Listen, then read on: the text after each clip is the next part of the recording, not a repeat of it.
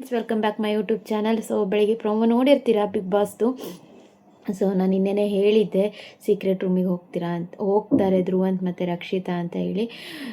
ನಿನ್ನೆ end episode ನೋಡಿ ಯಾರಿಗೆಲ್ಲ ಕಣ್ಣಲ್ಲಿ ನೀರು ಬಂದು ನನಗಂತೂ ಸಿಕ್ಕಾಪಟ್ಟೆ ಬೇಜಾರಾಯಿತು. ಅದೇ ಥರ ಸುದೀಪ್ ಸರು ಹೇಳ್ತಾರೆ, ನನಗೂ ತುಂಬ ಫೀಲ್ ಆಗ್ತಿದೆ, ಆದರೆ ಈ ಸ್ಟೇಜಿಗೆ ಬರಲ್ಲ, ಅವ್ರದ್ದು ಬೇರೆ ಟ್ವಿಸ್ಟ್ ಇದೆ ಅಂತ ಹೇಳಿ. ನಾನು ನಿನ್ನೆನೇ ಒಂದು ವಿಡಿಯೋ ಮಾಡಿ ಹೇಳಿದ್ದೆ ಸೀಕ್ರೆಟ್ ರೂಮಿಗೆ ಹೋಗ್ತಾರೆ ಅಂತ ಹೇಳಿ. ಇಲ್ಲಿ ಸೀಕ್ರೆಟ್ ರೂಮ್ ದೊಡ್ಡ ವಿಷಯ ಅಲ್ಲ. ರಕ್ಷಿತಾ ಅಥವಾ ಧ್ರುವಂತನ ಹೊರಗಡೆ ಹೋಗೋದ್ರಿಂದ ಯಾರಿಗೂ ಏನೂ ಎಫೆಕ್ಟ್ ಆಗಿಲ್ಲ. ಆದರೆ ರಕ್ಷಿತಾ ಅವರು ಹೊರಗಡೆ ಹೋದಾಗ ತುಂಬ ಜನ ಖುಷಿಪಟ್ಟರು, ಹಾಗೆ ಡೆಡ್ ಅಪೋಸಿಟ್ ಆಗಿ ತುಂಬ ಜನ ನೋವುಪಟ್ಟರು. ಕಣ್ಣಲ್ಲಿ ನೀರು ಹಾಕ್ತೇ ಇದ್ದವರು ಬಾಯ್ಬಿಟ್ಟು ಹೇಳಿದರು, ನಾನು ಅಳದೇ ಇರೋಳು, ನಾನು ಹತ್ಬಿಟ್ಟೆ ಅಂತೇಳಿ. ಸೊ ಹೇಗೆ ಅನಿಸ್ತಾ ಇದೆ, ಇವತ್ತಿನ ಬೆಳಗ್ಗೆ ಒಂದು ಪ್ರೋಮೋನು ಬಿಟ್ಟಿದ್ದಾರೆ. ಸೊ ನಿನ್ನೆ ಎಪಿಸೋಡ್ ಬಗ್ಗೆ ಸ್ವಲ್ಪ ಮಾತಾಡೋಣ. ನಿನ್ನೆ ರಕ್ಷಿತ್ ಅವ್ರು ಹೋದ ನಂತರ ಆ್ಯಟಿಟ್ಯೂಡೇ ಚೇಂಜ್ ಆಗೋಯಿತು ಸ್ಪಂದನ ಮತ್ತು ಕಾವ್ಯಂದು. ಧನುಷ್ ಅವರು 50-50, ಯಾಕಂದರೆ ಅವರು ಫ್ರೆಂಡು ಅಭಿ ಹೋದಾಗಲೂ ಅವ್ರು ಅಷ್ಟೇ ರಿಯಾಕ್ಟ್ ಮಾಡಿದರು, ಜಾಸ್ತಿ ಏನು ರಿಯಾಕ್ಟ್ ಮಾಡಿಲ್ಲ. ಬೇಜಾರಾಗಿಲ್ಲ. ಸೊ ಅವ್ರು ಮಿಡ್ಲಲ್ಲೇ ಇದ್ದರು, ಜಾಸ್ತಿ ಯಾರೊಟ್ಟಿಗೂ ಅನ್ಯೋನ್ಯತೆಯಾಗಿರಲ್ಲ. ಸೊ ಬೇಜಾರಾಯಿತು, ಅಷ್ಟೊಂದು ಓವರ್ ರಿಯಾಕ್ಟ್ ಮಾಡಲಿಲ್ಲ. ಇಲ್ಲಿ ಓವರ್ ರಿಯಾಕ್ಟ್ ತುಂಬ ಖುಷಿಪಟ್ಟವರು ಸ್ಪಂದನ ಮತ್ತು ಕಾವ್ಯ ಅವ್ರ ಮುಖದಲ್ಲೇ ಕಾಣ್ತಾ ಇತ್ತು. ಅವ್ರ ಮಟ್ಟಿಗೆ ನಾನು ಫೈನಲಿಸ್ಟ್ ಅಂತಲೇ ಡಿಸೈಡ್ ಮಾಡ್ಕೊಬಿಟ್ಟಿದ್ದಾರೆ. ಇವರೊಂದು ಟಫು. ಅಶ್ವಿನಿ ಅವರು ಅಷ್ಟೇ ನೋವು ಮಾಡಿಕೊಂಡ್ರು.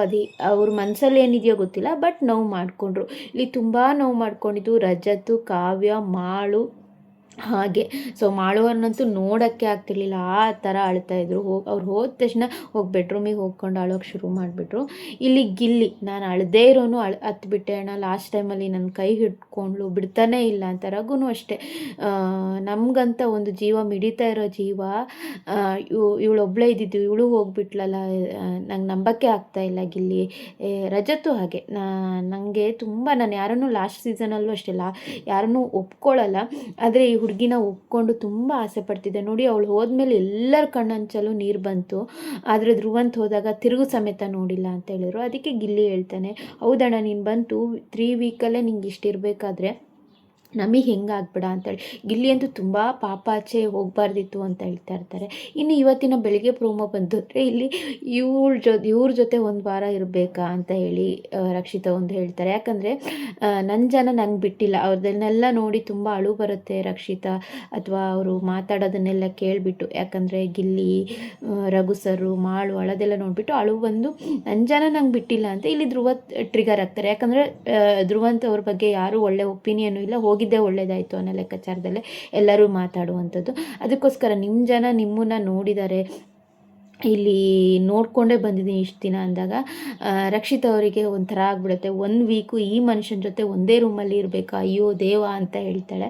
ಸೊ ಏನಾಗುತ್ತೆ ನೋಡೋಣ, ಪ್ರೋಮೋದಲ್ಲಿದ್ದ ಹಾಗೆ ತೋರಿಸಲ್ಲ, ಆದರೂ ನೋಡೋಣ ಏನಾಗುತ್ತೆ. ಹಾಗೆ ನಿನ್ನೆ ತುಂಬಿದ ಕೂಡ ಪಾಪದ ಕೂಡ ಯಾರು ತುಂಬಿದೆ ಅಂದರೆ ಆಲ್ಮೋಸ್ಟ್ ರಜತಿಗೆ ಕೊಡ್ತಾರೆ. ಗಿಲ್ಲಿಗೂ ರಜತಿಗೂ ಒಂದು ಸಣ್ಣ ಕ್ಲಾಶ್ ಆಗುತ್ತೆ.